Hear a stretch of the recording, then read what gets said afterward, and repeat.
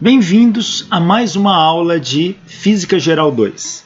Dando continuidade a essa parte de tópicos de física moderna dentro do assunto de ondas, na última aula nós abordamos o efeito fotoelétrico. Ou seja, você joga luz num metal e esse metal ejeta elétrons. Para retirar o elétron da rede, você tem que vencer a força atrativa da rede. A gente chama isso de função de trabalho φ. E quem resolveu o problema do efeito fotoelétrico foi Einstein, onde ele diz que a energia cinética que o elétron ganha tem que ser igual à energia potencial que o elétron tem associado a isso, que é transmitida na forma de fótons de luz para o metal, onde a energia do fóton é hf, menos a função de trabalho para vencer essa rede. Essa equação, o Einstein deu conta de explicar alguns fenômenos que a física até então não conseguia explicar. E ele vai ganhar o Prêmio Nobel de Física por isso. Então essa é a equação de Einstein para o efeito fotoelétrico. Tá aí o Einstein, ele publicou esse trabalho em 1905. Este é a equação de Einstein para o efeito fotoelétrico. E ele deu conta de explicar o porquê, para uma dada frequência de corte, não importa a intensidade, não tem mais elétrons sendo ejetado do material. Porque se você colocar a frequência de corte aqui, o valor dela, o teu potencial para esse valor se anula. Isso aqui dá zero. Então, Hν igual a zero, tua função de trabalho fica igual a zero. Aqui não há mais. E a gente já havia discutido que, pelo trabalho de Planck que Einstein vai usar, ele mantém a luz como se fossem pequenos pacotes de energia descontínuos, tá? Formando quantum de energia, ou que ficou conhecido por fóton a posteriori.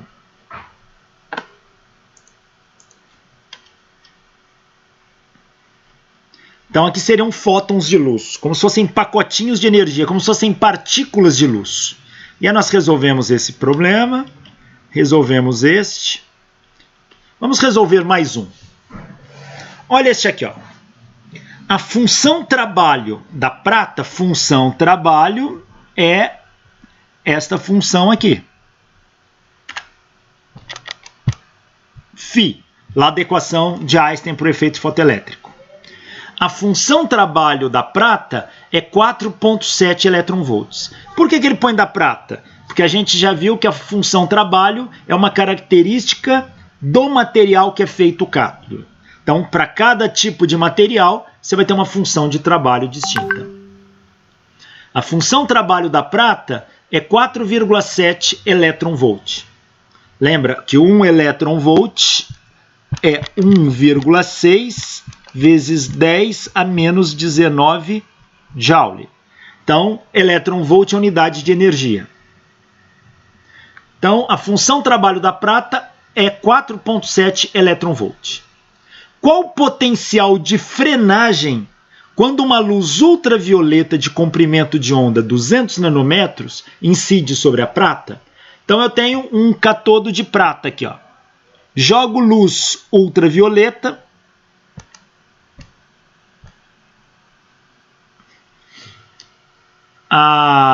Essa luz ultravioleta tem 200 nanômetros de comprimento e eu quero saber qual é o potencial de frenagem desse sistema.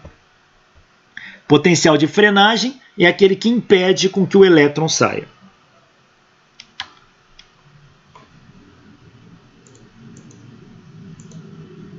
Então, colocando a equação do Einstein, a energia cinética máxima que o elétron adquire é igual à energia potencial do sistema, que tem que ser igual à energia dada pela lei de Planck, hf, menos a função trabalho. Agora, quem é hf? hf frequência Lembre-se sempre disso. A velocidade de uma onda eletromagnética como a luz é c. E a velocidade é o comprimento da onda vezes a frequência. Então, a frequência é a velocidade pelo comprimento da onda. Então, aonde está frequência aqui, eu vou trocar por isso. Vai ficar hc sobre lambda. Então, hf é hc sobre lambda. hc, nós já vimos, vira uma constante. Então, hc, a gente calculou e mostrou, sempre vai valer 1240 elétron-volt nanômetro. Então, é uma constante. hc é uma constante. Pega o valor que a gente já conhece, 1240, divide pelo comprimento de onda da luz, que dão 200 nanômetros. Com isso, a gente calcula o HF da equação, que é 6,2 elétron-volts. 6,2 elétron-volt. Esse é o HF. Não foi isso que ele pediu. Ele pediu o potencial de frenagem. Então, a carga elétrica vezes o potencial de frenagem é HF menos a função trabalho. E vezes V0. HF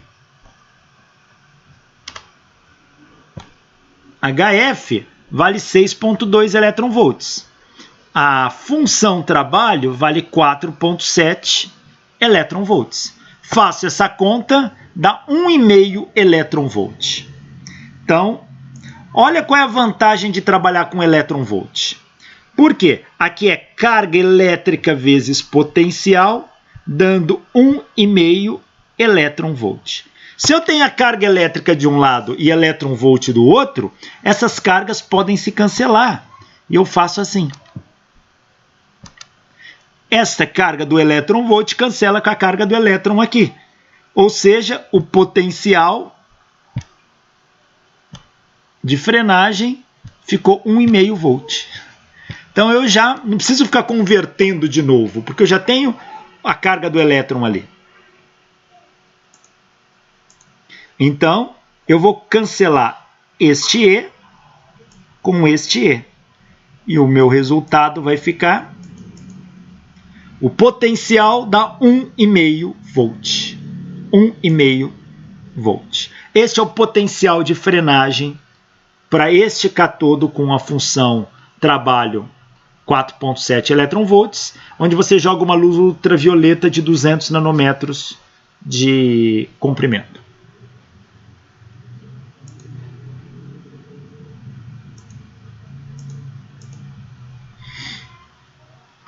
Veja, o Einstein mostrou que a luz era formada de partículas. Volta naquela antiga questão.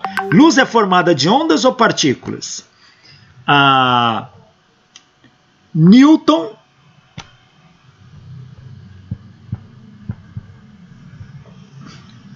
Hooke e Huygens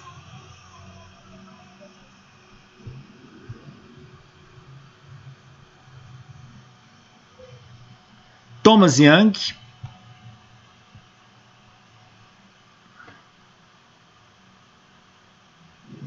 e Einstein.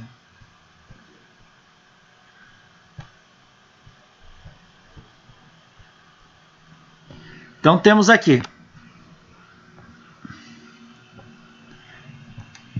Newton dizia que a luz era formada de partícula.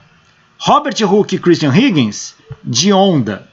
Thomas Young prova que a luz é uma onda. E agora vem Einstein e fala que a luz é de partícula.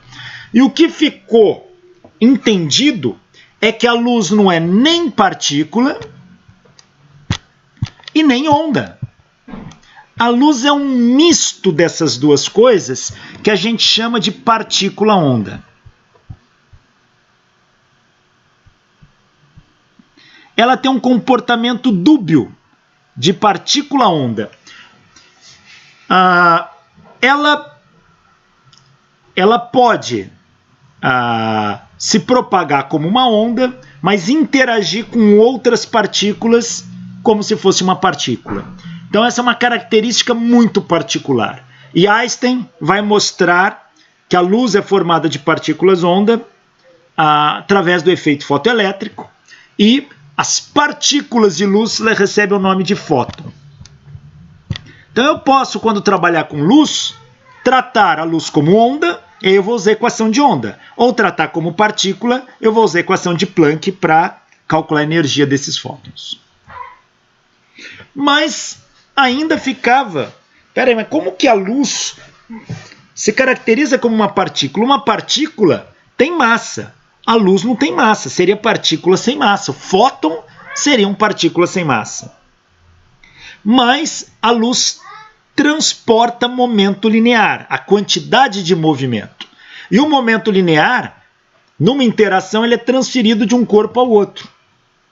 E a variação desse momento linear durante a interação está associada à força que age no corpo. Quando eu pego duas bolas de bilhar e taco uma contra a outra, o momento linear, no momento do impacto, ele sofre uma variação, causando a força que age sobre a partícula. A pergunta é, se a luz tem um tipo de partícula, que é o fóton, e tem esse comportamento, é um dos comportamentos da luz, será que a luz interage aplicando força nos corpos, transferindo momento linear? Será que a luz, partículas de luz como os fótons, podem funcionar como uma bolinha de bilhar, como Einstein prediz no seu modelo de efeito fotoelétrico? Arthur Holly Compton, este físico aqui, ó,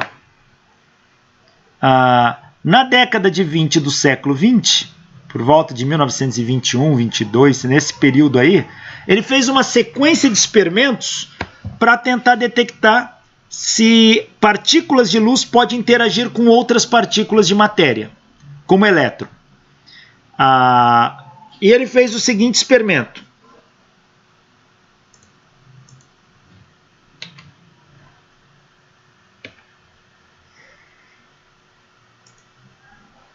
Deixa eu só pegar aqui que deu uma travada. Então ele fez o seguinte experimento.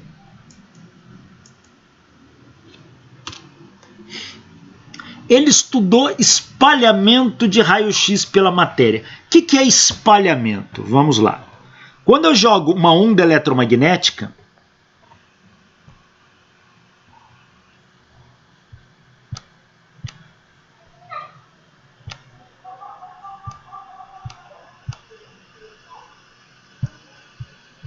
sobre um corpo, está aqui um corpo. A gente já sabe que os átomos do corpo absorvem a onda eletromagnética, mas ele também emite. Então, este corpo vai absorver, vai gerar uma absorção aqui.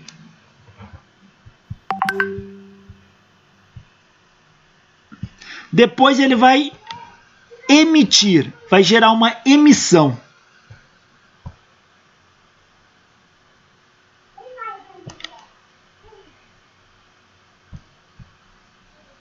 Essa capacidade do corpo absorver e reemitir é chamado de espalhamento da onda.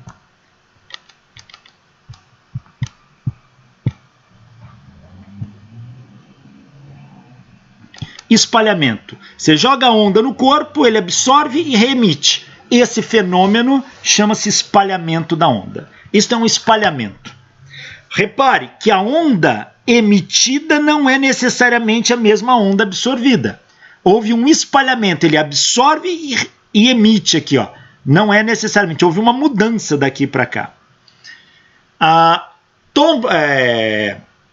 Compton, ele quis estudar espalhamento de raio-x feito por certos materiais. Ele joga raio-x, que é uma onda eletromagnética, o material absorve e reemite onda. E ele queria entender isso. Só que ele fala, se eu jogo raio-x, que é uma onda eletromagnética, e onda eletromagnética, pelo tratamento do Planck, pelo tratamento do Einstein, pode ser entendida como quantas de energia dado por HF, ou HNI, é a mesma coisa? Se eu entender isso, então, como se, ao invés de uma onda, uma bolinha de energia batendo numa carga elétrica como um elétron, o que vai acontecer? O que sai aqui? Aqui vai ter que sair outra bolinha de energia. E como que é isso? Então, como tratar o espalhamento sob esta óptica? Então, ele fez. Ele notou que havia uma característica no espalhamento de raio-x, onde o espalhamento que ele fazia, ele jogava a radiação incidente, e que o comprimento de onda da radiação espalhada, ele estava relacionado com o comprimento de onda da radiação incidente independente do alvo. Ou seja, eu tenho aqui um alvo, um material. Jogo o raio-x aqui.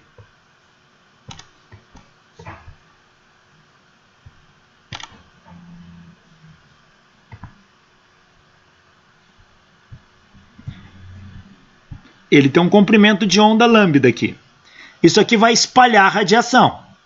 Vai sair aqui, ó.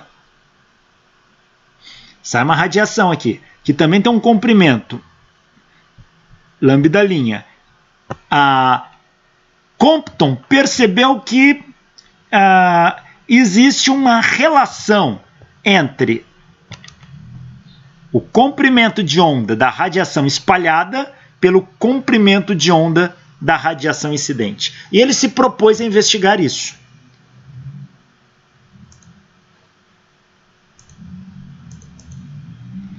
Em 1922, ele vai concluir que esse tipo de espalhamento resultava da colisão de fótons com elétrons livres do alvo. Então, a conclusão que ele vai chegar é, dado um alvo, um material qualquer aqui, ó, esse material é formado por elétrons livres.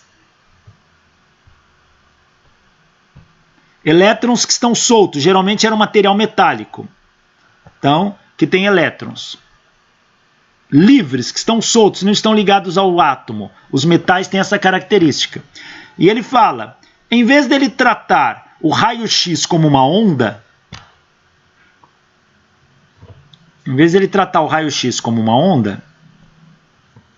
que era assim, ele vai tratar como se fossem fótons de raio-x. Esses fótons vão interagir, vão colidir com elétrons do material. E esse aqui é fóton de raio-x. E ao bater aqui, provavelmente vai deslocar este elétron e vai refletir aqui, ó.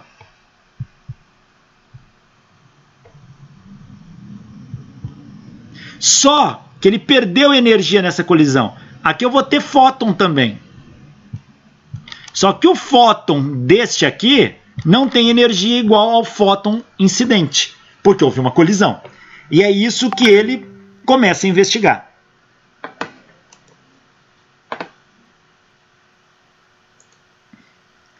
Então, para Compton, esse comprimento de onda da radiação espalhada se relacionando com o comprimento de onda da radiação incidente, independente da natureza do material, do alvo ali que batia o raio-x, Compton propôs explicar que esse tipo de espalhamento era um resultado direto da colisão de fótons com elétrons livres do alvo.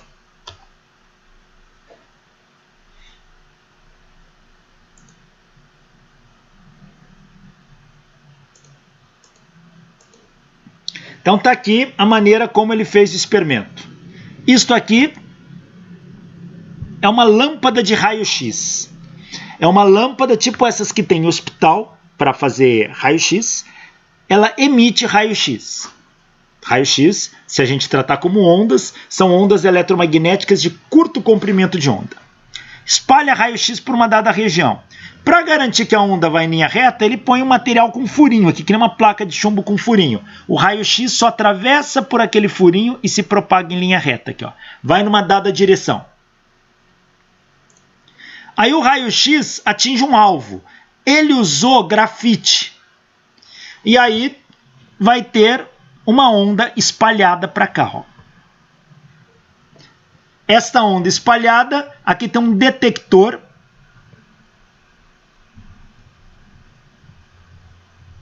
Esse detector detecta a intensidade do raio-x que chega aqui.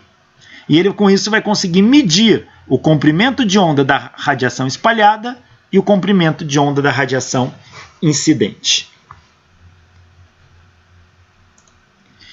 Repare que há um ângulo de espalhamento, um ângulo θ. Esse aqui é o ângulo de espalhamento.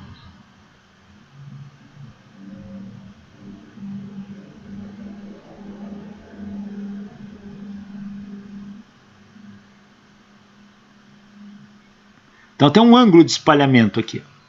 Este ângulo precisa ser medido.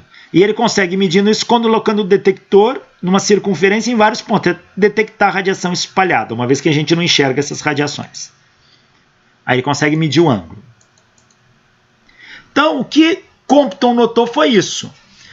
Tem um elétron livre no material, tem uma radiação incidente de raio-x, que tem comprimento de onda lambda zero. Este comprimento de onda aqui, ó, ele chamou de lambda zero. Bate no elétron, é óbvio, se ela bate no elétron, e isso aqui for tratado como um fóton, ou seja, uma bolinha de energia, vai ser que nem uma bola de bilhar batendo na outra. Vai empurrar o elétron lá para longe. Ó. Tá aqui, ó. E vai ter uma radiação espalhada para cá, de comprimento de onda agora lambda. Então você vai ter uma colisão. Compton trata isso como uma colisão. E Compton, ao tratar esse problema, ele chega nesta relação, que o comprimento de onda da luz, da radiação espalhada, menos o comprimento de onda da radiação incidente, é igual a constante de Planck, dividido pela massa do elétron aqui do alvo, dividido também essa fração, denominador dela tem a velocidade da luz, que multiplica 1 menos o cosseno do ângulo de espalhamento, o cosseno de θ, onde θ é o ângulo de espalhamento. Este fenômeno da radiação incidente bater e espalhar num ângulo e o comprimento de onda da radiação espalhada está relacionado ao comprimento de onda da radiação incidente, dado por essa equação, esse fenômeno ficou conhecido como efeito Compton, em homenagem a ele. O efeito Compton é jogar a radiação, ela bate no elétron como se o elétron fosse uma bolinha de bilhar, arremessa esse elétron longe e esse fóton se espalha para outra região. E esta equação determina o ângulo de espalhamento. Veja que a unidade aqui é a unidade de comprimento, unidade de comprimento. Então, isso aqui tudo tem que ter unidade de comprimento. Como cosseno não tem unidade, então isto aqui, ó, tem unidade de comprimento. Essa unidade de comprimento aí, nós chamamos de comprimento Compton. Isso aqui é o comprimento Compton.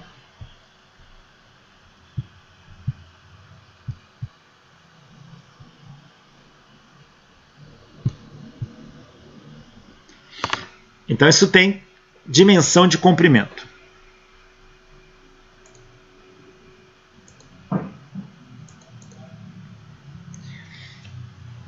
E o que o Compton mostrou com isso? Se você entender a onda eletromagnética como fóton, realmente ele se comporta como uma bolinha. Então, a radiação eletromagnética como um todo, não só a luz, pode ser tratada como fóton e tem um comportamento de partícula-onda. Então não é só a luz que é partícula-onda, mas ondas eletromagnéticas podem ser interpretadas como partícula-onda. Tá aí. E ele demonstra isso e vai ganhar prêmios por essa grande descoberta. Olha esse exercício aqui, ó. No experimento de espalhamento Compton, particular, um experimento específico, verifica-se que o comprimento de onda incidente, lambda1, é desviado em 1,5% quando o ângulo de espalhamento é de 120 graus. Qual o valor de lambda1? Qual será o comprimento de onda lambda2 do fóton deslocado quando o ângulo de espalhamento é de 75 graus? Então vamos lá, tem que colocar a equação de Compton para analisar isso. Vamos ver. Então, item A, qual é o valor de lambda1? Lambda1 é o comprimento da onda incidente. Bom, a equação é essa. Lambda menos lambda espalhado é igual a H sobre massa do elétron C, 1 menos cosseno θ. Se a gente usar os índices que ele pôs, lambda1 é antes de se colidir com o alvo a radiação, e lambda2 é o comprimento de onda do fóton espalhado.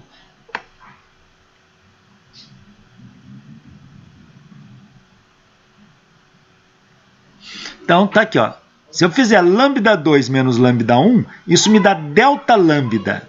Delta lambda, que é igual a H sobre a massa do elétron vezes a velocidade da luz, 1 menos o cosseno de θ. Lambda2 menos lambda1, se você fizer esta conta aqui, ó, esse é o espalhamento Compton, esse é o comprimento de Compton. Se você colocar aqui, comprimento de Compton dá isso. Ó. Então, o comprimento de Compton às vezes aparece até assim, LC, isso aqui vale 0,00243. A unidade aqui, eu acho que aqui está em metro. Tá? Eu acho que está em metro. Esse é o comprimento de onda Compton. Tá aí. Veja, se eu pegar delta lambda e dividir por lambda1, isso vai me dar a variação percentual do comprimento. E ele diz que variou em 1,5%. Significa que delta lambda sobre lambda1 é 1,5%, 1,5% é 1,5 sobre 100, que dá 0,015. Então, calculei aqui. Então, quem é lambda1? Lambda1 é delta lambda sobre 0,015. Então, lambda1 é delta lambda sobre 0,015. Quem é delta lambda? Delta lambda é isso aqui. Isso é delta lambda. É o lambda final menos inicial. Isso é delta lambda. Então, lambda1 é delta lambda, que é isso, dividido por 0,015. Tá aí? Fazendo essa conta, o ângulo de espalhamento inicial aqui foi de 120 graus. Tá? Então, quando o lambda1 incidente é desviado de 1,5%, quando o ângulo de espalhamento for de 120 graus, qual o valor de lambda1? Quando ele fala desviado, é quanto que variou o comprimento da onda, tá? É isso que ele está dizendo. Fazendo essa conta, lambda1 dá 0,243 nanômetros. Então, isso aqui, ó, só voltando. Para que isso dê nanômetro, esse comprimento de onda está em nanômetro. Eu falei que estava em metro, não, está em nanômetro. Tá aí, esse é o comprimento de onda Compton. Então tá aí, o comprimento de onda lambda1 item A está calculado. 0,243 nanômetros. Agora, item B. Qual será o comprimento de onda lambda2 do fóton quando o ângulo de espalhamento é de 75 graus? Bom, é só aplicar a mesma equação. Lambda2 menos lambda1 igual a delta lambda, que é igual a H sobre MC1 menos cosseno de θ. Lambda2 menos lambda1, H sobre MC é o comprimento de Compton, sobre 1 menos o cosseno...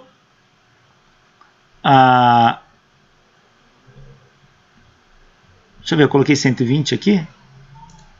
Não, aqui está errado, desculpa. Aqui é 75 graus. Eu devo ter copiado e colado. que é cosseno de 75, que é o ângulo espalhado. Tá aí. Então, lambda 2 menos lambda 1 é 0,0243, 1 menos cosseno de 75. Então, lambda 2 é lambda 1 mais 0,0243, cosseno 1 menos cosseno de 75, que é o que está aqui, ó. O lambda 1, a gente calculou no item anterior. O lambda 1 é 0,243 do item A, calculado. Então, lambda 2 é 0,243 mais 0,00243, que multiplica 1 menos cosseno de 75 graus. Fazendo esta conta, lambda 2 dá 0,245 nanômetros. 0,245 nanômetros. Tá aí. Calculamos o comprimento da onda incidente e o comprimento da onda espalhada quando essa onda bate num alvo e sofre um espalhamento. No primeiro caso, o ângulo incidente era de 120 graus, o ângulo espalhado. No segundo caso, B, o ângulo espalhado é de 75 graus. Fala, professor, mas o lambda 1 aqui não foi para o primeiro caso, para o ângulo espalhado? É, mas veja, é onda, bate no alvo e espalha. Isso é espalhado. O ângulo aqui pode mudar, mas o comprimento da onda da radiação incidente não muda, é característica dela. Então vale tanto no primeiro caso quanto no segundo. Aí.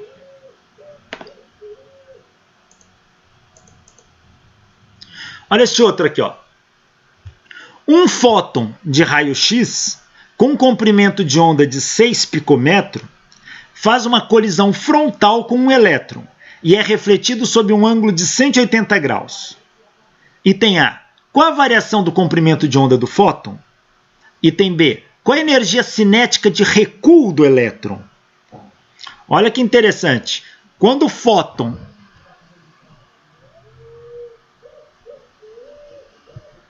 fóton bate no elétron, o elétron recua. Qual a energia cinética de recuo do elétron? Depois aqui sai uma onda espalhada. Tá aí. Então essa é a pergunta.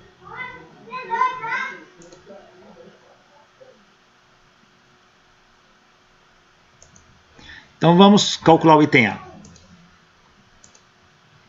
Aplico a equação de Compton.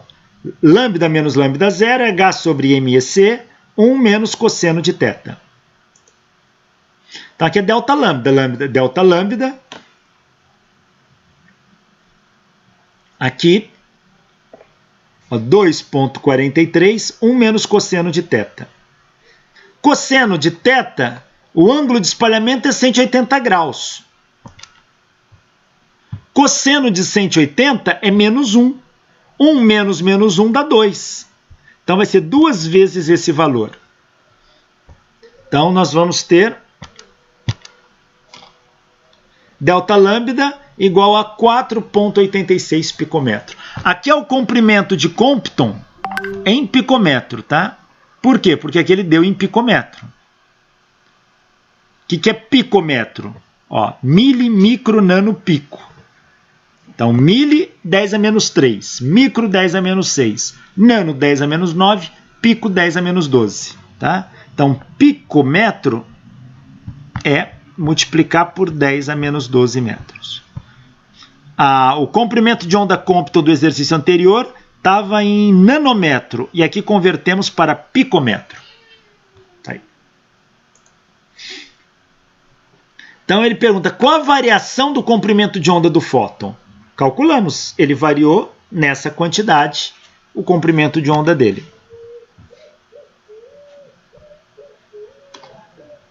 Item B. Qual a energia cinética de recuo do elétron? Bom, energia cinética, o corpo vai ganhar energia. Então, vamos pegar o elétron aqui. Ó. O elétron tem uma energia que chega, E1, e uma energia que sai, E2. A diferença de energia vai ser a energia cinética que ele ganha. Como, geralmente, ele absorveu parte dessa energia, E2 é menor do que 1. Então, quem é a energia cinética? É o quanto que entrou de energia menos o quanto que saiu. Isso aqui vai dar o quanto de energia o elétron ganhou. Então tá aqui, energia cinética do elétron, E1 menos E2.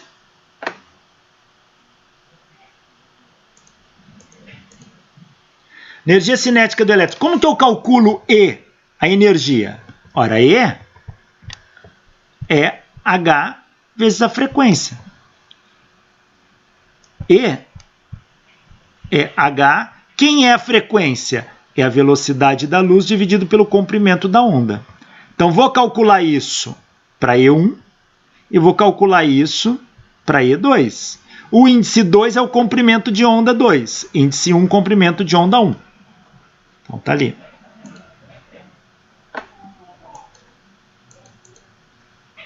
Então, quem é E1? É Hc sobre lambda 1. Hc é uma constante, 1240 eletrovольts nanômetro. Lambda 1 são 6 picômetro. Transforma para nanômetro aqui, para ficar igual a unidade. Então, isso é 6, 10 a menos 3 nanômetro. Agora, a unidade é igual. Isso corta com isso. 1,24 dividido por 6, 10 a menos 3, dão 207 keV. A energia incidente foi de 207 keV. A energia espalhada vai ser de...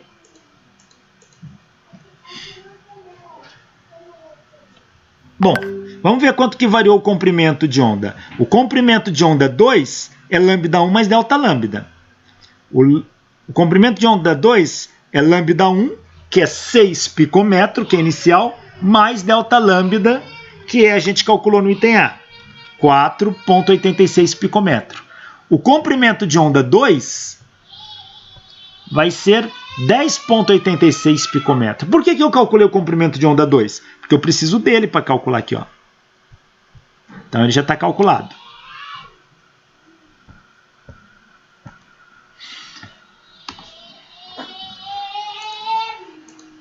Então a energia 2 é Hc sobre lambda 2. Hc é 1240 eletrovольts nanômetro por 10,86 picômetro. Tá? Já calculei aqui em picômetro. Agora, converte picômetro para nanômetro. Vai ser 10,86, 10 a menos 3. Faz essa conta. Esta conta vai dar, tem que converter aqui, 10,86, 10 a menos 3 nanômetro.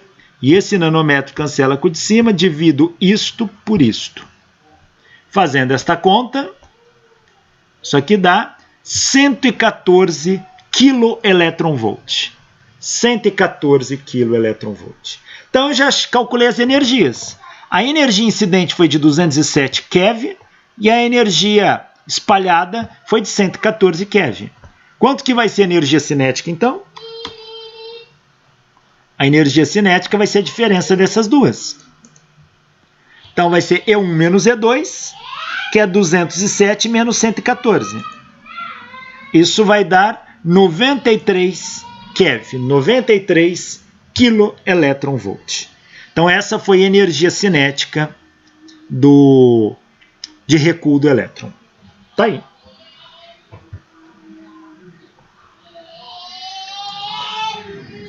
Então, no meio daquela discussão ficou luz, partícula ou onda? Bom, a luz, ela tem comprimento de onda, tem frequência. A luz propaga energia, mas não propaga matéria. Então, luz tem característica de onda. Mas ela interage com o elétron como se fosse partícula. O efeito fotoelétrico se baseia nisso. O efeito Compton demonstra isso. Então, a luz passa a ser um misto de partícula e onda. Onda, essa é característica de ondas. Isso é uma onda também. Ela oscila, é um sistema oscilante, vibratório. Propaga energia, mas não propaga matéria. Ondas interferem. Então aqui eu tenho uma fonte gerando ondas circulares. Se eu colocar duas fontes desta, olha o padrão de interferência aqui, ó. Zona clara, zona escura, zona clara, zona escura e assim sucessivamente. As ondas num tanque de água sofrem interferência. Região clara e escura. Se eu jogo luz por duas fendas, eu vejo lá na tela um padrão de interferência. Zona clara, zona escura, zona clara, zona escura. O que é a zona escura? É região onde luz mais luz gerou sombra. Tá? E esse foi o experimento de Thomas Young de 1800. Partícula já sofre colisões, já transfere energia e momento para a partícula na qual ela colidiu. A partícula ela é localizada num ponto do espaço, onda não. Só que o que é uma partícula-onda? É como se fosse um misto dessas duas coisas. E a gente não tem uma descrição esquemática que dê conta de mostrar isso. Por mais que eu fique mostrando desenhos e animações, nenhum deles é satisfatório para explicar o que é uma partícula-onda. Mas uma coisa é fato. A luz e todas as ondas eletromagnéticas podem ser entendidas como sendo formadas de partícula-onda. Tem características de partícula e onda simultaneamente. Porém, sua manifestação, quando você vai medir, você só mede uma de cada vez. É como se fosse uma moeda. Uma moeda tem duas faces, cara ou coroa. Mas quando eu jogo, ou cai cara ou cai coroa. Se cai cara, eu não vejo coroa. Se cai coroa, eu não vejo cara. A luz é uma partícula, é formada de partícula-onda. Mas se eu medir partícula, eu não vejo a parte de ondas da luz. Se eu medir propriedade ondulatória, eu não vejo partícula e assim sucessivamente.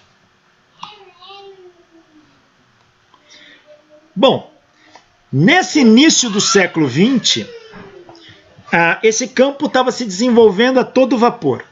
Lembra que eu disse que no final do século XIX haviam três coisas que não estavam bem resolvidas? Uma delas eram as linhas do espectro.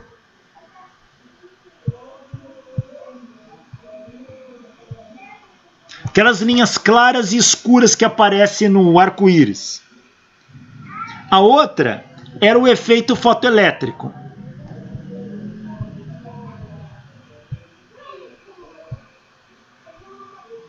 A outra era a curva da radiação de corpo negro.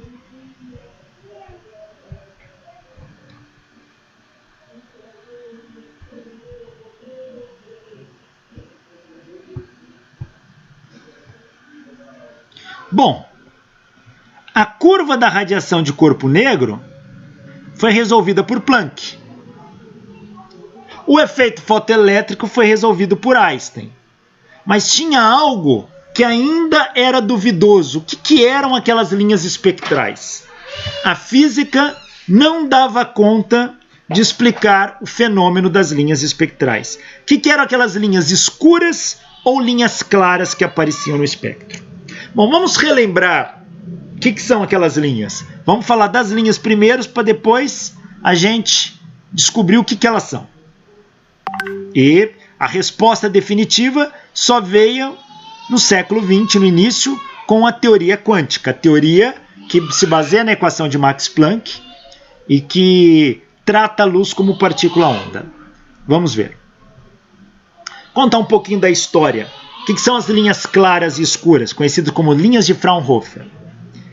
O químico William Hyde Wollaston, ao observar o arco-íris lá no experimento de Newton,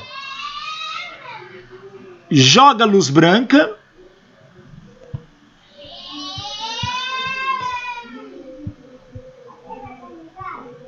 e daqui sai um arco-íris. E ele projetava esse arco-íris numa tela. E aqui o que ele via? Ele via as 7 cores do arco-íris. Ele via o vermelho,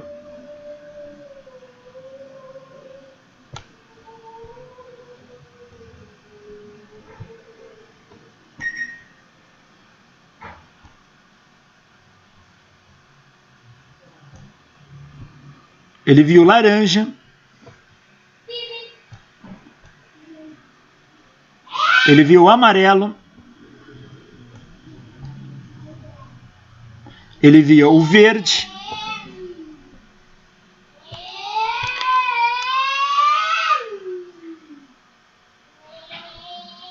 Ele viu o azul. Ele viu o anil.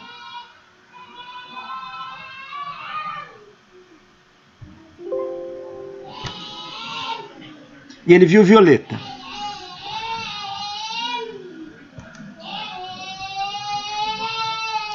Esse era o arco-íris.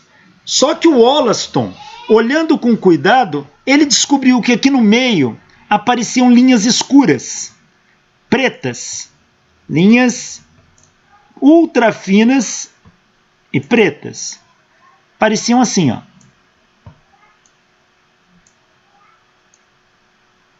Algumas muito juntinhas,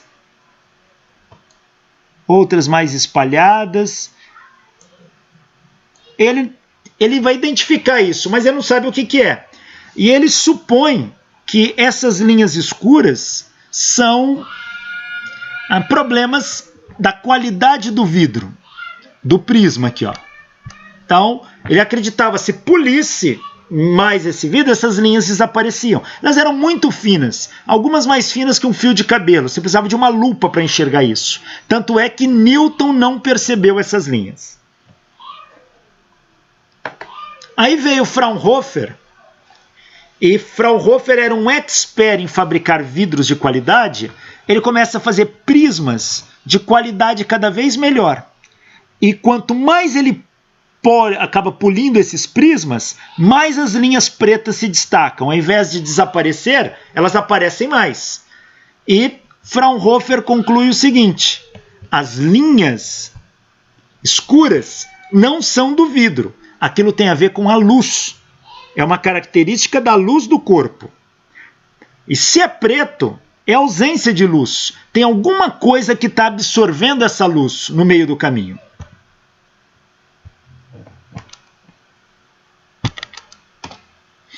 Aqui está um arco-íris para a gente ver o que são essas linhas.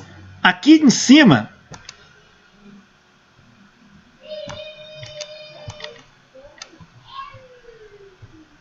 aqui, ó, é o arco-íris comum, sem nenhuma linha escura no meio. Vou dar até um zoom. Isso aqui é o arco-íris, ó. Vai de 4.000 angstrom, que são 400 nanômetros, até torno de 7.000, 8.000 angstrom, 8.000 nanômetros. Esse é o arco-íris, esse aqui que vocês estão vendo na tela. Não tem nenhuma linha escura nele. Porém, Fraunhofer, ele acaba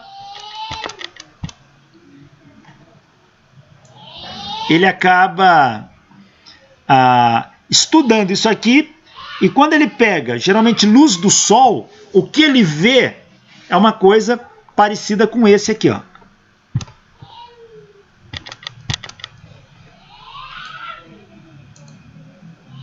Ele vê uma coisa parecida com este aqui, ó, com essas linhas escuras aqui no meio, ó.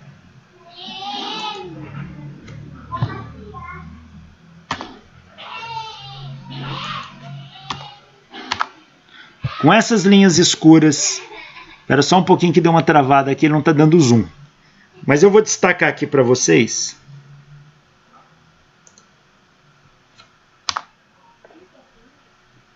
Aqui, ó. São essas linhas escuras que vocês estão vendo aqui, ó. Esta. Vou dar um zoom aqui, mas eu acho que só vai sair o zoom no vídeo. Deixa eu ver.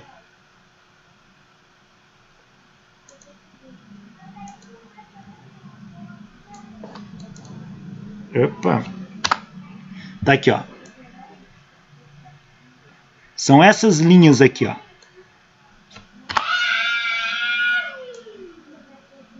Essas linhas escuras.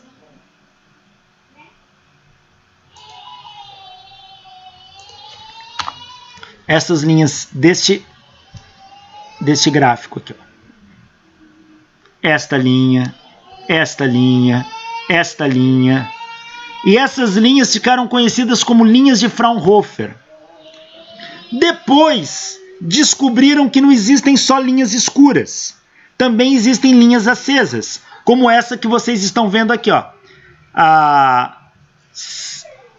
Essas linhas aqui, ó. Se eu pego o arco-íris, essas linhas ficam mais acesas que as demais. E essas linhas mais acesas acabam cobrindo o arco-íris de fundo, fica quase preto. Também aparece isso quando você analisa muito de perto esse sistema. Ou aparecem linhas pretas, ou aparecem linhas escuras. As linhas pretas ficaram chamadas de linhas de absorção. Porque está preto, está absorvendo luz. E as linhas acesas ficaram sendo chamadas de linhas de emissão. Fraunhofer não soube explicar também o que era isso. E o tempo passou. Até que vai entrar em cena um físico e um químico, vão formar uma dupla. Robert Bunsen, químico, e Robert Kirchhoff, físico. Estão aqui os dois. Vão trabalhar juntos e vão construir este aparelho aqui, ó, chamado espectroscópio. O que vem a ser um espectroscópio?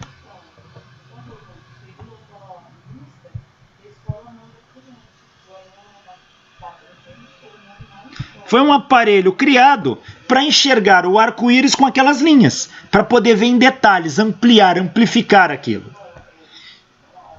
Ele era feito de um fogareiro, tá aqui, é este fogareiro aqui, onde esse fogareiro emite luz. Essa luz entra por uma luneta aqui, ó, um telescópio, e é projetada num prisma ali dentro. Ó. Esse aqui é o prisma. Tá? E esse prisma vai projetar isso tudo aqui lá naquela parede do fundo. Ó. Lá naquela parede. E aqui você tem um segundo telescópio, que você coloca seu olho aqui, e vai ver esse arco-íris projetado na parede com as linhas, e o telescópio vai amplificar isso. Então, esse aparelho chamado espectroscópio. Porém, a cor da chama aqui atrapalhava muito, porque se a chama fosse amarela, havia muito mais linhas aqui de emissão nessa faixa aqui, com luz amarela intensa, você não enxergava direito. Então tinham que desenvolver uma chama que fosse incolor. E aí entrou o Bunsen. Bunsen cria este fogareirozinho aqui, que tem uma válvula que controla o ar, de tal maneira que, dependendo de como você regula a válvula, esse fogo fica transparente, essa chama fica transparente. E aí não atrapalha a visão. Isso ficou conhecido como bico de Bunsen. Tem na maioria dos laboratórios. Então tá aí. E o que eles observam quando eles olham pelo espectroscópio, pela luneta do espectroscópio? Eles vêm com essa riqueza de detalhes.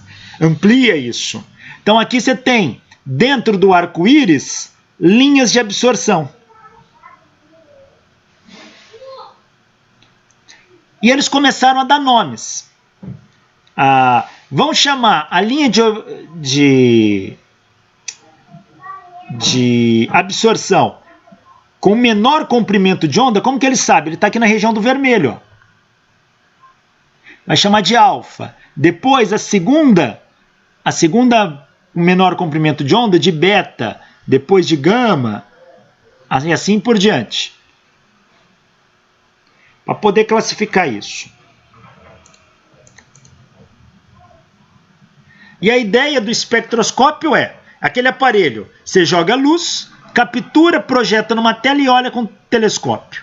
O que Bunsen e Kirchhoff descobriram juntos? Primeiro, se eu jogar luz de um ferro incandescente, o que é um ferro incandescente? É aquecer o ferro até ele ficar em brasa. Então você pega um pedaço de ferro aqui, esquenta ele até ele ficar em brasa, captura aquela luz e olha no espectroscópio. Quando você olha um ferro incandescente, um material incandescente, o espectro é contínuo, não aparece nenhuma linha. Nenhuma linha. Quando eu pego um gás quente, e o gás está tão quente a ponto de emitir luz, e passo a luz desse gás quente por um espectroscópio, aqui, e jogo ali na tela e observo, aparecem linhas acesas. Linhas acesas, ó. Essas são linhas de emissão. E esse espectro de um gás quente é chamado espectro de emissão.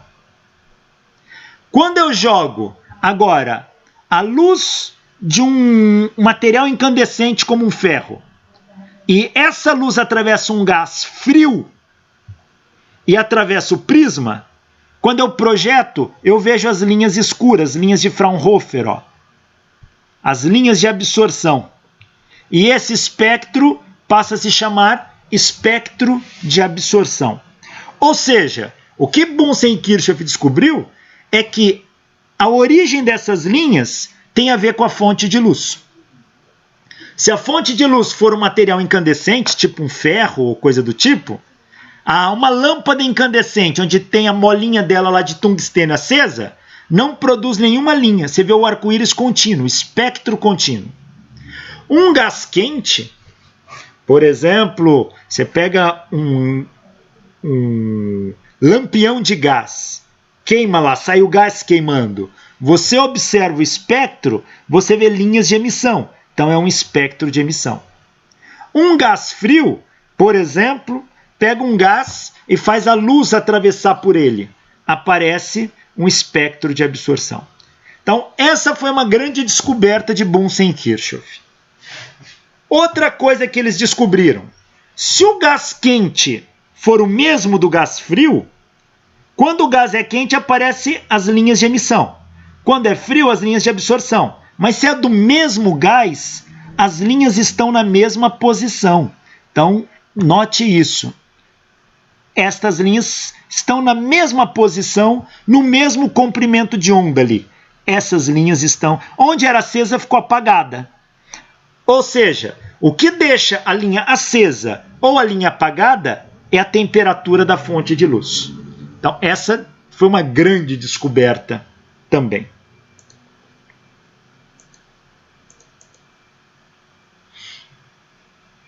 Então, se eu tiver um sólido aquecido incandescente, até a ponto dele emitir luz branca, pego a luz branca, passo por um prisma, tenho um espectro contínuo.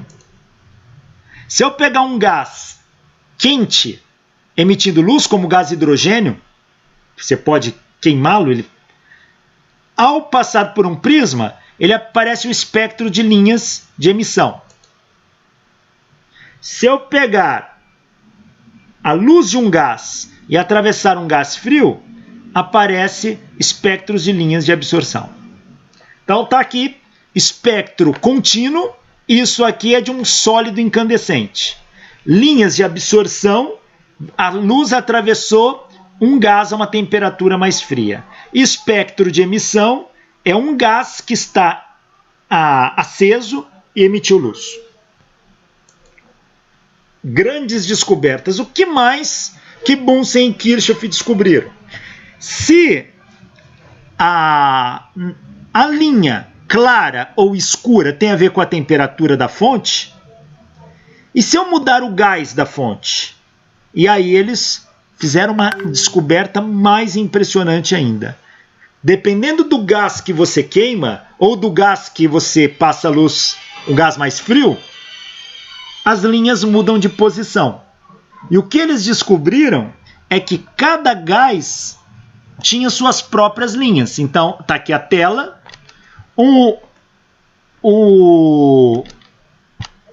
Aqui a tela. Por exemplo, o gás hidrogênio. Se você passa a luz de um sólido incandescente, que não tem linha nenhuma, faz ela atravessar o gás hidrogênio numa temperatura mais fria que a da fonte, aparecem linhas negras, linhas escuras, assim.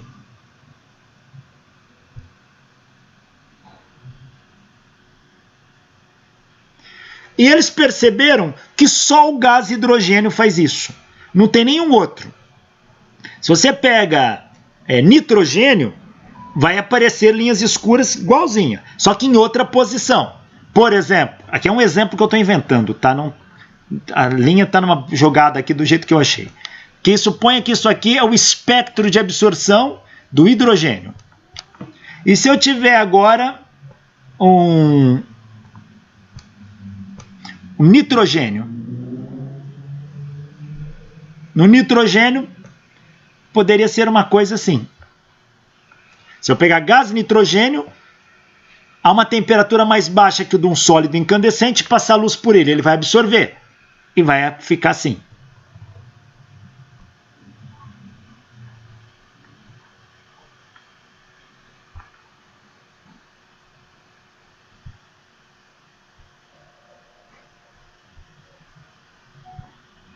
Por exemplo, as linhas do nitrogênio não são iguais à do hidrogênio.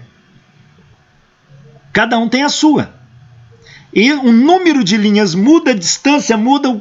Veja que isso está dentro do arco-íris. E o arco-íris é uma onda de luz, que vai do vermelho ao violeta, cada um tem um comprimento de onda. O comprimento de onda aqui não é o mesmo daqui. O que Bunsen e Kirchhoff descobriram, na essência, foi que cada substância química tem o seu próprio espectro de emissão ou de absorção. E isso é uma característica da substância. Gás hidrogênio, não importa. Só ele vai ter isso aqui. É como se fosse um código de barras, uma impressão digital. Isso caracteriza o elemento químico. Então, eles começaram a fazer testes e descobrir. Essas linhas são só do hidrogênio. Esta aqui, ó, essas linhas aqui, ó. Esta linha, opa.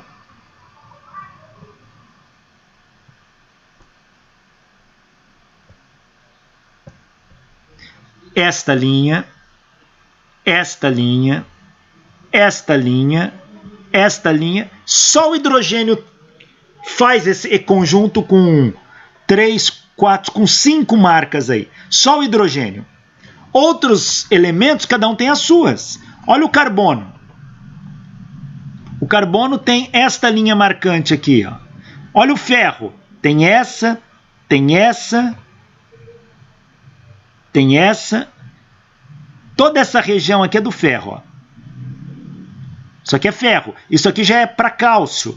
Ou seja, eles registraram essas linhas, esse código de barra, e descobriram que cada elemento tem o seu. Uma grande descoberta. E isso foi, a partir de agora, eu conseguia fazer análise de substâncias químicas.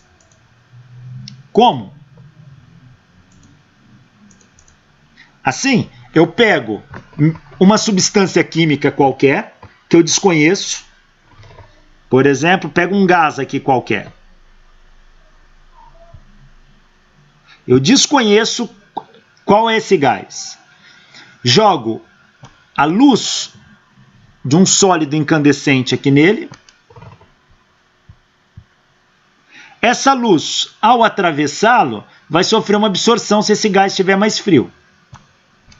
Essa luz vem aqui, atravessa um prisma e vai projetar um arco-íris aqui. Dentro desse arco-íris,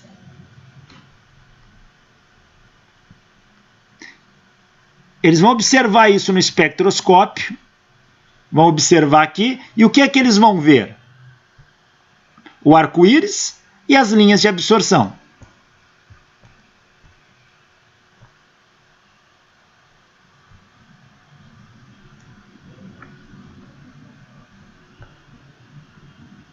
Pronto, ele observou isso. Aí eles tabelaram toda, vai ver que substância química tem esse conjunto de linhas. Ah, hidrogênio. Pronto, descobri isso aqui é gás hidrogênio. Então isso vai permitir fazer análise química de substâncias. Então a fisicoquímica vai dar um salto com essa técnica conhecida como espectroscopia. Espectroscopia é usar essa técnica para fazer análise química de substâncias. Mas ninguém ainda explicou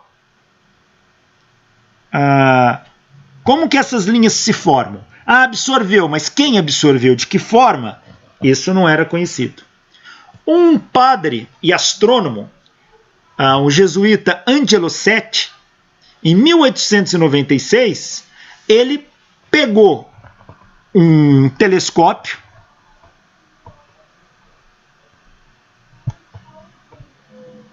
apontou para uma estrela, coletou a luz da estrela, passou por o espectroscópio e viu o espectro de linhas desta estrela. Comparando com os já conhecidos, ele descobriu a composição química das estrelas e mostrou que as estrelas são formadas basicamente de hidrogênio. Então, a partir disso, começou a surgir todo um estudo da espectroscopia aplicada à astronomia. Então, tá aqui. Eu vou no laboratório, testo várias substâncias e registro o código de barra de cada uma. Agora, eu pego a minha estrela, pego a luz, passo pelo meu espectroscópio, olho o código de barra e comparo com o laboratório. Deu a mesma coisa? Aqui deu. Qual que era aqui? Hidrogênio? Então, a minha estrela contém hidrogênio. Tá? A composição química que está predominando, que saindo ali, é hidrogênio. Então, esta era a maneira. Aqui é um espectroscópio em detalhes, como que ele é por dentro. São 3 lunetas. Olha lá, tem um prisma de vidro aqui no meio. Aqui tem a fonte de calor. E você começa a analisar várias estrelas e classificar a composição delas. Aqui estão espectros reais de estrelas. Precisaria ser ampliado, mas dá para ver que tem muitas linhas aqui no meio que precisam ser analisadas. Então, o estudo da espectroscopia passa a ser um estudo comum da física e da química. Mas precisávamos entender melhor essas linhas, tanto de emissão quanto de absorção. O físico Johann Jacob Balmer, físico suíço, viveu de 1825 a 1898. Ele começou a estudar a posição dessas linhas. Lembra que elas estão dentro do arco-íris. O arco-íris são cores de luz. Cada cor tem um comprimento de onda. Então ele começou a medir o comprimento de onda e correlacionar essas coisas. Então, este aqui é o espectro, isto aqui, é o espectro das linhas de emissão, ou seja, do hidrogênio. Pega hidrogênio, esquenta a ponto dele emitir luz. Quando ele emitir luz, pega a luz, passa pelo prisma do espectroscópio e projeta. Você vê essas linhas de emissão. Essas linhas de emissão só o hidrogênio tem. Está aqui. Esse é o espectro de emissão do hidrogênio. As linhas são visíveis. Veja que as linhas saem na cor do arco-íris. Essa linha é vermelha, é verde, é anil e violeta. Então ele tem uma linha no vermelho, ele tem uma linha no verde, ele tem uma linha no anil e no violeta. São 4 linhas que o Balmer vai pegar para analisar e tentar correlacionar. Ele não vai estudar só essas, vão estudar várias outras. Mas essa vai ser a base que ele começa os estudos. E ele chega numa equação empírica, não é dedução matemática. É medindo, correlacionando, ele descobre como medir o comprimento de onda em que a linha se encontra. E ele chega nesta relação. Ele vai falar que o comprimento de onda de uma linha, na série do hidrogênio, é calculado assim, 364,6 nanômetro, que multiplica m² sobre m² menos 4. Ele chega nisto aqui. E quem é m? É um número inteiro, positivo, que vale 3, 4, 5, ou seja, começa em 3. Aí ele fala, se você colocar 3 aqui, ó, 3 aqui e fizer a conta, vai te dar o comprimento dessa linha. Se eu colocar 4 aqui e 4 aqui, vai dar o comprimento desta linha. Se eu colocar 5 aqui e 5 aqui, dá o comprimento dessa. Se eu colocar 6 aqui, 6 aqui, dá o comprimento. Então ele chega numa equação empírica que correlaciona o comprimento da onda na qual a linha se encontra e a linha em si. Para isso, repare que cada linha tem uma posição e isso é dado por um número m. Isto aqui forma uma série numérica para m igual a 3, m igual a 4, m igual a 5, m igual a 6. Esta série de linhas preditas por esta equação do espectro do hidrogênio ficou conhecida como série de Balmer. Série de Balmer.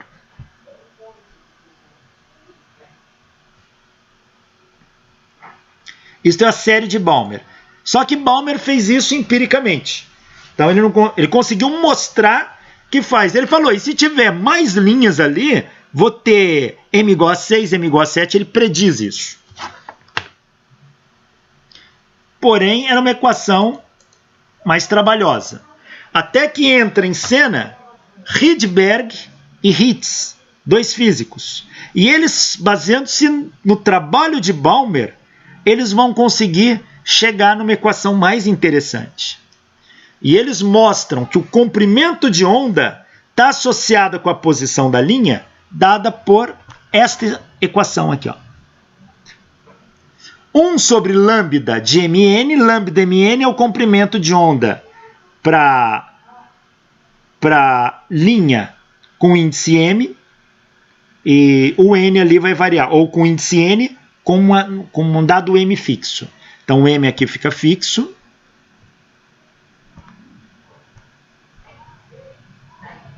E varia o n. Também é uma série, vai gerar uma série de coisas. E esta relação aqui, o n, para que essa equação seja verdadeira, o n tem que ser maior do que o m, não pode ser menor. E esse r, quem é? R é uma constante de proporcionalidade, que ficou conhecida como constante de Rydberg. Então, R é uma constante. E ela vale 0,011 nanômetro a menos 1. Ou, se preferir, no sistema internacional, ela vale 1,09798, 10 a menos 7 metros a menos 1. Com esta fórmula do Rydberg-Ritz, você consegue predizer todas as linhas da série de Balmer, que é aquela do hidrogênio ali, ó. Então vamos ver. Vamos à série de Balmer. Lembra que a série de Balmer ele começava com o número 3? Rydberg e Ritz mostraram que essa equação vale para a série de Balmer se aqui for 2 e é fixo e variar o n, onde o n agora começa em 3, 4, 5, dá esta linha, dá esta linha, dá esta linha, dá esta linha e assim por diante. Tá? E bate com muita precisão. Esta equação, essa fórmula de Rydberg e Ritz, vai permitir determinar o comprimento de onda da linha, não só no espectro do hidrogênio, como Balmer fez, mas em qualquer outro. Então, desde que eu varie esses números aqui. Para a série de Balmer, aqui tem que ser 4. 1 sobre 2 ao quadrado, fixo. E eu vou variar o outro, 3, 4, 5. E isso aí vai permitir amplificar o estudo da espectroscopia até então. Essa primeira linha, isso aqui é o espectro do hidrogênio. Essa primeira linha aqui ficou conhecida como H-alfa, hidrogênio alfa, essa H-beta, H-gama e H-delta. Tá? Então, para n igual a 3, coloca 3 aqui, você tem H-alfa. Para n igual a 4, H-beta, para n igual a 5, então são as linhas do hidrogênio da série de Balmer, preditas pela fórmula de Rydberg e Ritz. Mas surgiram outras séries espectrais. Então, se eu mudar os valores do m e do n aqui, Aparecem outros, mas eu conheço isso. Um físico chamado Lyman descobriu que no ultravioleta, que a gente não detecta a olho nu, ou seja, não é como luz, você precisa de sensores, no ultravioleta existe uma série de linhas também. E para representar essa série de linhas, na fórmula de Rydberg-Ritz, M tem que ser igual a 1. M tem que ser igual a 1. Então, para M igual a 1, Lyman descobriu que existem linhas lá no ultravioleta. Balmer descobriu que existe na luz visível. E Paschen também foi um outro físico, ele descobriu linhas do espectro no infravermelho. E ele falou, para que as linhas do espectro no infravermelho eu consiga determinar a posição, na fórmula de Rydberg-Ritz, o M tem que valer 3. Então, se eu colocar 3 aqui, para M igual a 3, eu consigo predizer as linhas no infravermelho que o olho não detecta, que são as linhas de Paschen. Se eu colocar M igual a 2, eu consigo prever a posição e o comprimento de onda de cada linha na luz visível, que é a série de Balmer. E se eu colocar para M igual a 1, na fórmula de Rydberg-Ritz, eu consigo predizer as linhas no ultravioleta, que é a série de Lyman. Então tem pelo menos 3 séries para o hidrogênio. Isso só para o átomo de hidrogênio. Tá? Então esse é o espectro do hidrogênio. O espectro do hidrogênio, você tem séries de Balmer, que fica na região do visível. Para a fórmula de Rydberg-Ritz ser utilizada, o M tem que ser igual a 2. Para a série de Lyman, que fica no ultravioleta, para usar a fórmula de Rydberg-Ritz, o M tem que ser igual a 1. E para a série de Paschen, para usar a fórmula de Rydberg, a M tem que ser igual a 3. Então, esta fórmula ajuda a predizer as linhas do espectro. Como o elemento mais estudado e mais fácil de trabalhar é o hidrogênio, então essas séries todas vão ser muito estudadas em cima do hidrogênio. Tá aí.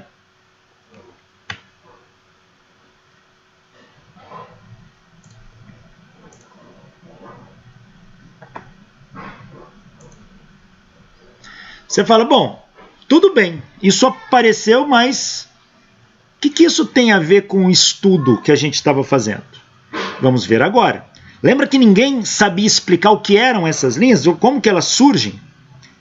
Surge da absorção de luz, mas como que é feito isso? Qual é o processo de absorção? Qual é o processo de emissão? Por que um corpo emite luz?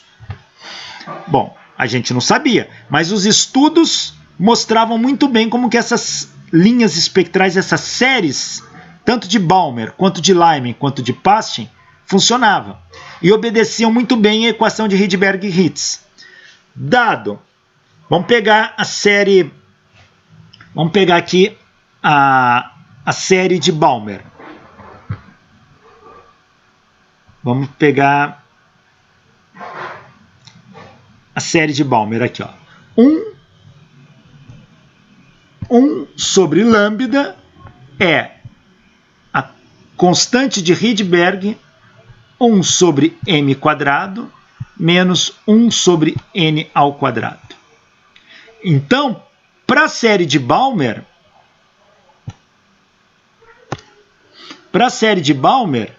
m tem que ser igual a 2, fixo. E o n tem que variar com 3, 4, 5 e assim por diante. Tá aí. Vamos calcular o comprimento de onda para n igual a 3. Então isso aqui vai ficar assim. 1 sobre lambda é igual... Ixi, a constante de Rydberg. Deixa eu ver se eu pego aqui no livro. Espera aí, para não tirar da tela, senão eu vou perder a tela. Constante de Rydberg.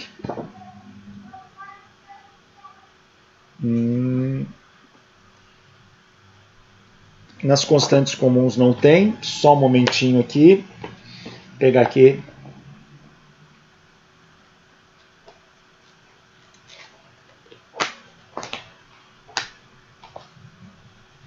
Constante de Rydberg vale 1.09, 1.1, 10 a sétima. Então, 1.1, 10 a sétima. Então, isso aqui está dando 1,1 vezes 10 a sétima. Para a série de Balmer, m tem que ser 2. Então, é 1 sobre 2 ao quadrado, menos. E ela tem que começar em 3. Então, a primeira linha da série é para n igual a 3. 1 sobre 3 ao quadrado. Fazendo essa conta aqui na calculadora, é 1/4, 1 sobre 2 ao quadrado, menos 1/9, que é 1 sobre 3 ao quadrado. Então, vai ser 1/4 menos 1/9. Multiplico pela constante de Rydberg. 1.1, 10 a sétima. E agora, passo isso aqui para lá dividindo, que eu tiro o comprimento de onda. Então,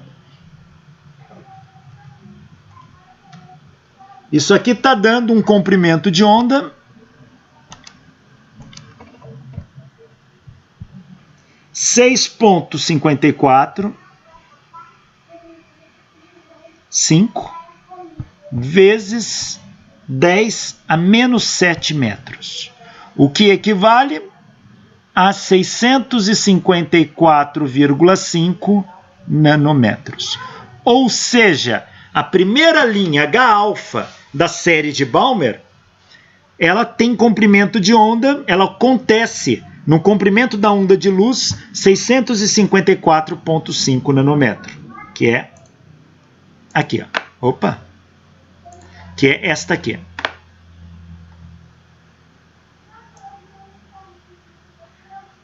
Aqui é 600, está 654,5 aqui, o comprimento de onda dela.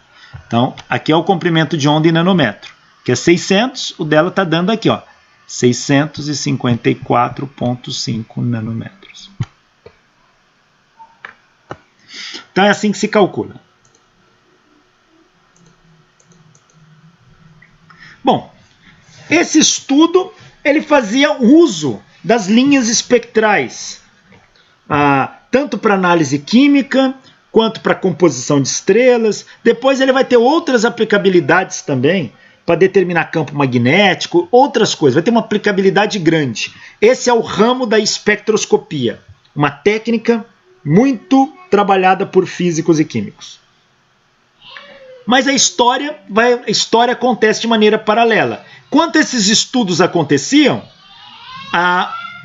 o estudo da estrutura do átomo também acontecia. Ernest Rutherford, através de um experimento feito com espalhamento de partícula alfa numa lâmina de ouro, Rutherford conclui que o átomo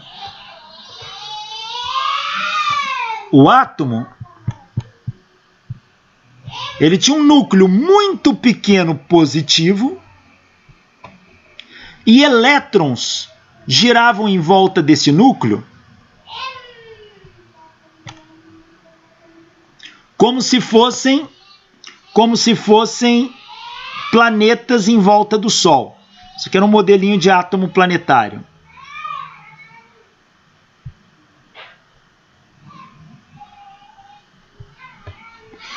Então, Rutherford mostra esse modelo. E esse modelo vai dar conta de explicar as reações químicas que ocorrem com ligações especiais, como ligação iônica, ligação covalente. O modelo de Rutherford, que é um modelo de física clássica pura, lindo, ele vai dar conta de explicar como se formam ligações químicas. E ele vai ser tão importante para a química que Rutherford, apesar de físico, um experimento genuinamente de física, Rutherford ganha o Prêmio Nobel de Química por isso. Mas Rutherford faz esse modelo em 1911.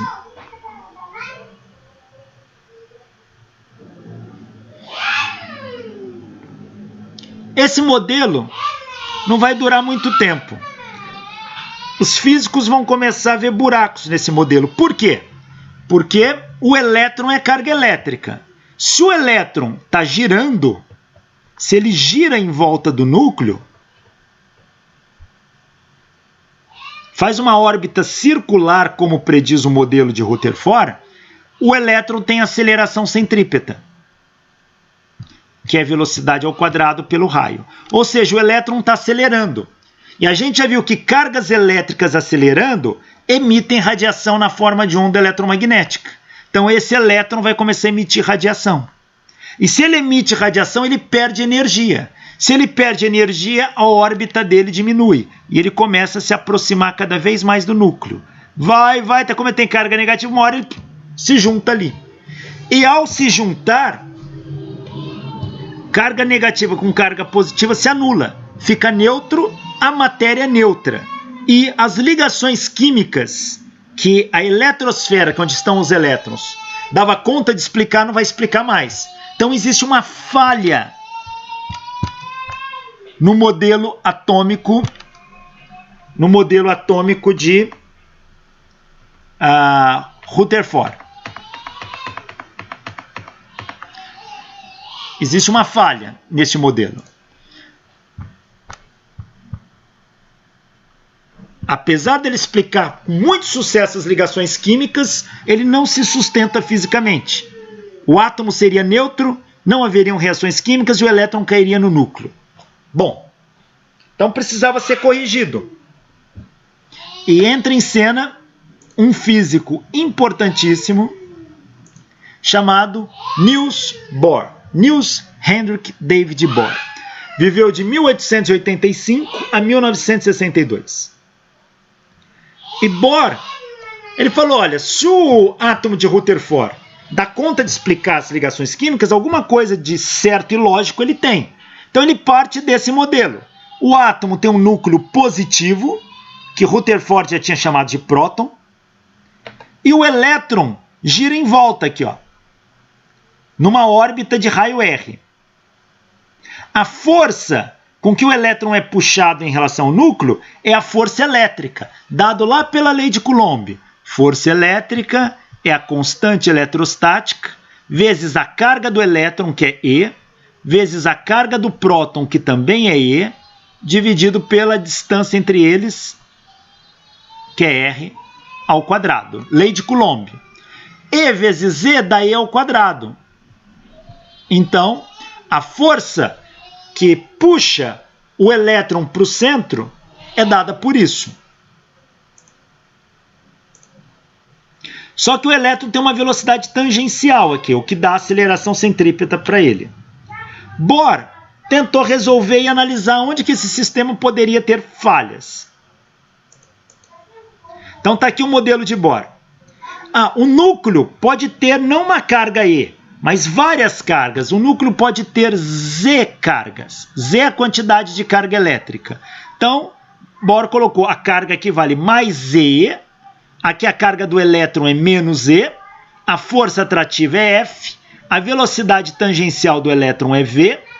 Então, a força elétrica vai ser K.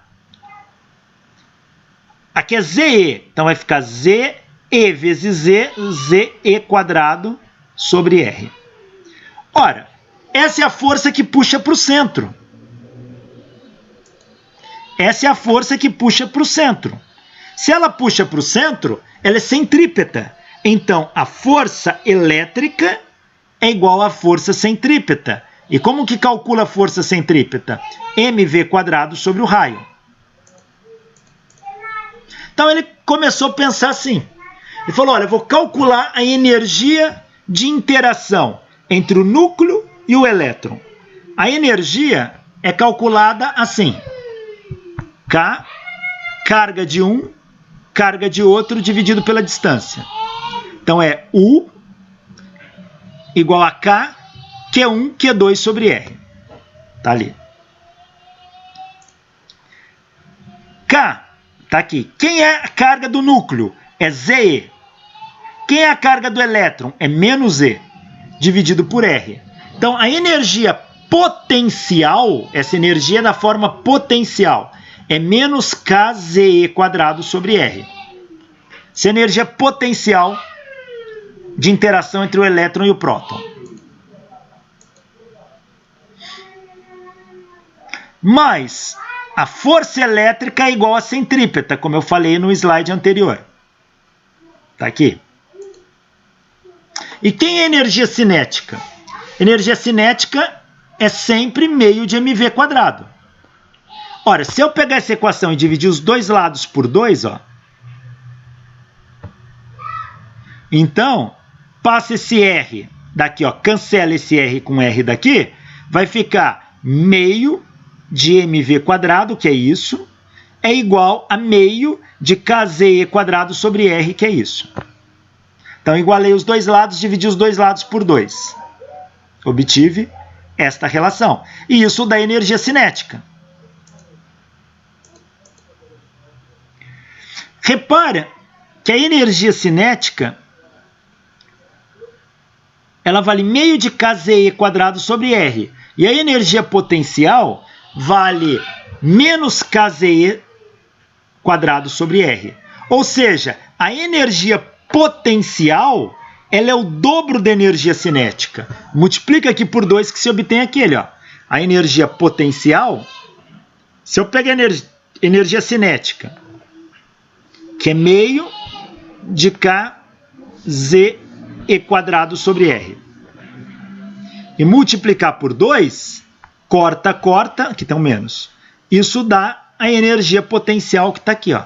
Então, a energia potencial é o dobro da energia cinética, com sinal de menos. Então, ela é o negativo de 2K. U igual a menos 2K. Então, quem é a energia total de um sistema? Energia cinética mais energia potencial. Então, é meio de kZe² sobre R, que é energia cinética, menos kZe², que é energia potencial.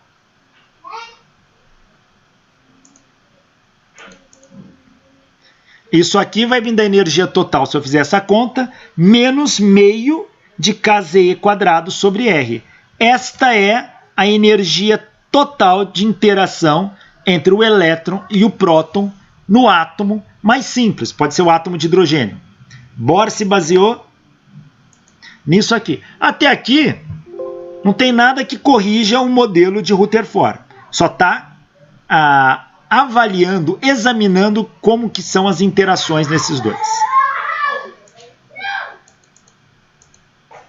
Mas Bohr falou, se o elétron acelera, o elétron vai rodar e vai cair aqui, ó, porque ele irradia. Isso é um fato, isso é verdade. Então, como que Bohr resolve o problema? Falei, eu vou postular. Bohr criou 2 postulados. Na verdade, 3, mas principalmente 2. O que é fazer um postulado? É fazer uma suposição, onde você vai tomá-la como verdade, sem prova alguma. E depois você verifica os resultados. Se o resultado der de acordo com o esperado, a sua suposição, ou seja, seu postulado, é aceito como verdadeiro. Caso contrário, ele é rejeitado. Bohr, ele pensou o seguinte: o elétron num átomo de hidrogênio, que é o átomo mais simples como esse, só pode se mover sem irradiar energia em certas órbitas circulares. Então ele fala, o elétron pode se mover aqui, ó, sem irradiar nada. Não vai jogar nenhuma forma de energia aqui, não. Porque se ele irradiar, ele cai no núcleo. Então o elétron, eu vou supor, ele não irradia nada. Ele pode se mover sem irradiar nada. Só que em certas órbitas. Ele chama essa órbita na qual o elétron não irradia de órbita estacionária. Então ele vai supor, o elétron gira sem irradiar, porque daí ele não cai no núcleo e funciona como esperado. Esse é o primeiro postulado de Bohr. O segundo postulado de Bohr, ele vai falar o átomo de hidrogênio só irradia quando um elétron sofre uma transição de uma órbita estacionária para outra. E a frequência F da radiação emitida é dada pela equação de Planck. Então veja, Planck fez essa suposição.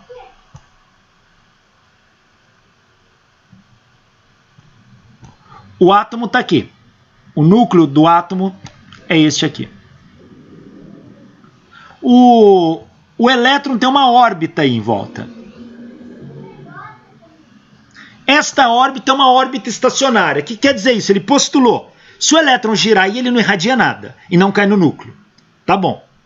Só que ele falou, o elétron só irradia quando ele passa de uma órbita estacionária para outra. Então ele imaginou que o átomo pode ter muitas órbitas estacionárias. Por exemplo, uma órbita assim, um núcleo positivo. Uma órbita assim, essa é uma órbita estacionária. Outra órbita estacionária assim. Outra órbita estacionária assim. Então, o elétron poderia estar em qualquer uma dessas órbitas girando, que ele não irradia. Então, imagina o elétron aqui, ó. O elétron está aqui.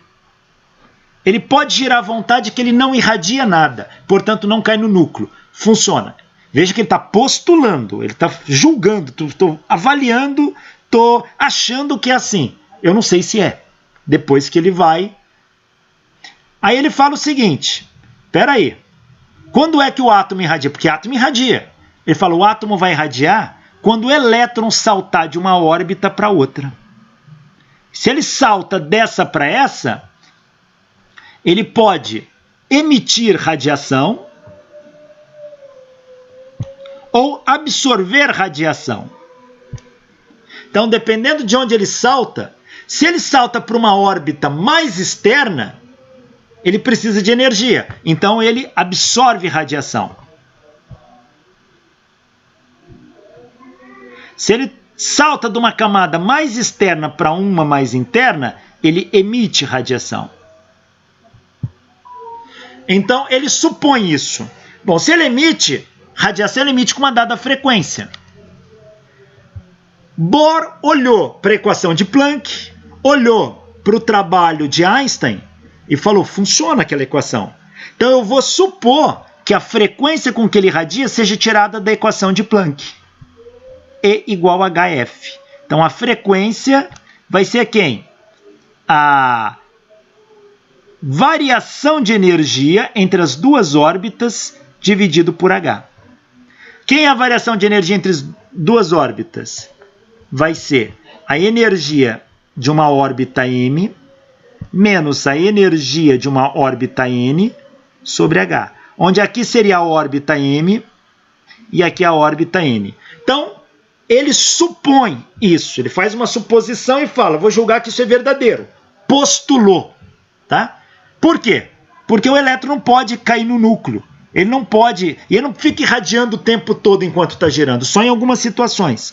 Então, Bohr fala, o átomo só vai irradiar quando o elétron saltar de uma camada para outra. E ele vai irradiar com uma diferença de energia dada pela equação de Planck. Ponto. Sempre funcionou para o Einstein, ele também começou a avaliar isso.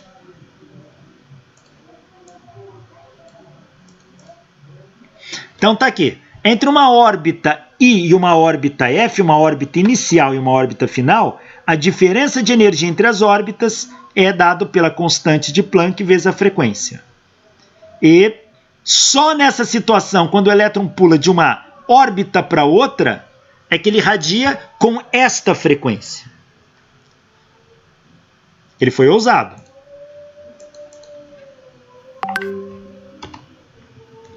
E ele foi mais ousado ainda. Ele falou, olha, o momento angular do elétron só pode assumir valores que são múltiplos inteiros da constante de Planck. Ele falou, olha, a equação de Planck, ele deixa o sistema discreto, ou seja, ele quantifica ou ele quantiza, ele deixa quantizado, sabe, em quantas os valores de energia. Se a energia é quantizada, só existe para certos valores, ele postula que o momento angular também. O momento angular é aquela grandeza que a gente representa por L, associada à rotação do corpo, que é massa vezes a velocidade vezes o raio. Então, ele fala que este momento angular não pode ter qualquer valor. Ele só pode ter valores que são múltiplos inteiros da constante de Planck, NH. Então, é isso que ele vai fazer. E para que isso dê certo, ele não vai usar H. Ele vai usar esse H cortado. A gente escreve assim. H barra a gente lê. Quem é H barra? H cortado ou H barra? H barra é a constante de Planck dividido por 2π. Por que ele pôs 2π aqui? Para normalizar a órbita em termos da circunferência. Então ele considera H, que é a constante de Planck, sobre 2π. A constante de Planck vale 6,63, 10 a menos 34 joules segundos. Se eu divido por 2π, dá 1,054, 10 a menos 34 joules segundos. Esta constante de Planck sobre 2π vai aparecer muitas vezes daqui para frente agora. Então, H barra é H sobre 2π. E ele fala, o momento angular é um múltiplo inteiro de H barra. Então, MVR, que é o momento angular, é NH barra. Ele postula isso para poder enxergar aquela estrutura quântica do sistema. Ou seja, que a energia quantizada, ele está atribuindo isso ao momento angular também.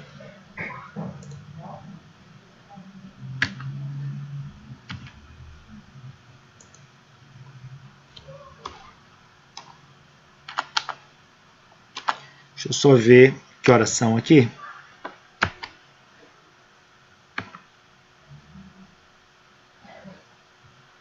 O computador deu uma travada legal.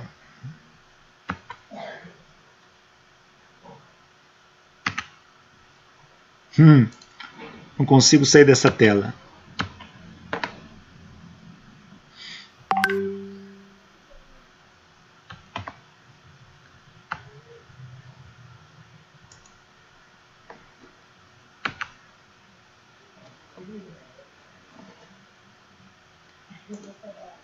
Pessoal, alguém tem horas aí só para saber que eu não consigo sair dessa tela? E se eu sair, ele pode parar a gravação. 5h48. 5h48? Tá.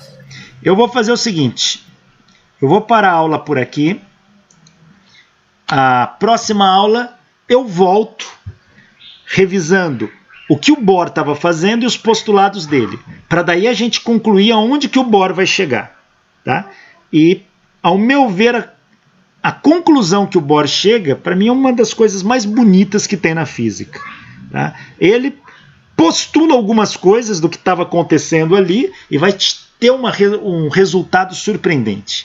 Mas isso a gente vê na próxima aula. Agradeço a atenção e a paciência de todos. Até lá. Obrigado.